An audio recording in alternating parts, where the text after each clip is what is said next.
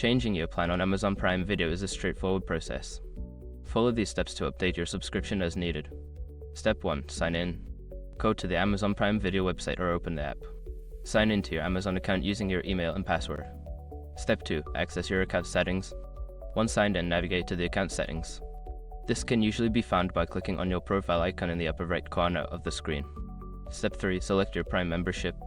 In the account settings menu, look for an option that says your Prime membership or manage membership. Click on this option to view your current subscription details. Step 4. Choose change membership. Don't continue before doing this. A lot of online accounts end up exposed in breaches without people even realizing it. Use Esrog to constantly monitor your email and accounts and get alerted immediately if your information gets leaked online.